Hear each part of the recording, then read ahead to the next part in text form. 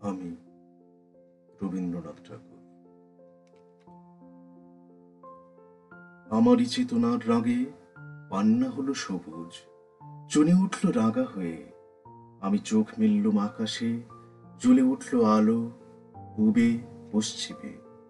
গোলাপের দিকে চেয়ে বললুম, সুন্দর সুন্দর হলো সে। তুমি বলবে, এ যে তত্ত্ব কথা, এ কবির বাণী নয়। আমি বলবো, এ সত্য, তাই এ কাব্য।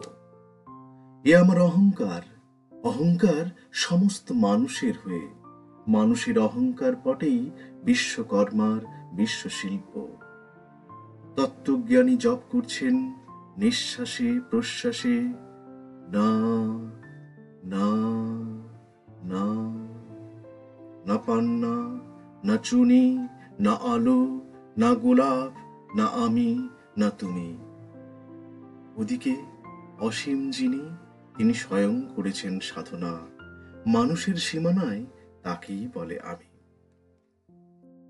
সেই আমির গহনে আলো আঁধারের ঘটল সঙ্গম। দেখা দিল রূপ, জেগে উঠল রস। না কখন ফুটে উঠে হলো হাঁ, মায়ার মন্ত্রে, রেখায় রঙে, সুখে দুঃখে। একে বলো না তত্ত্ব। আমার মন হয়েছে পুলকিত। বিশ্ব আমির রচনার আসরে হাতে নিয়ে তুলি, পাত্রে নিয়ে রং। পণ্ডিত বলছেন, বুড়ো চন্দ্রটা নিষ্ঠুর চতুর হাসি তার। মৃত্যুদূতের মতো গুঁড়ি মেরে আসছে সে পৃথিবীর পাঁজরের কাছে।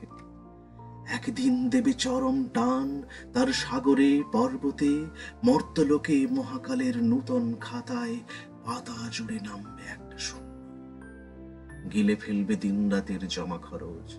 মানুষের কীর্তি হারাবে তার অমরতার ভান। তার ইতিহাসে লেপে দেবে অনন্ত রাত্রির কালি। মানুষের যাবার দিনের চোখ বিশ্ব থেকে নিকিয়ে নেবে রং। মানুষের যাবার দিনের মন ছানিয়ে নেবে রস। শক্তির কম্পন চলবে আকাশে আকাশে, জ্বলবে না কোথাও আলো। বিরাহীন সভায় যন্ত্রী ডাগল নাচবে, বাজবে না কোনো সুর। সেদিন কবিত্বহীন বিধাতা একা রবেন বসে, নীলিমাহীন আকাশে ব্যক্তিত্বহারা অস্তিত্বের গণিত তত্ত্ব নিয়ে।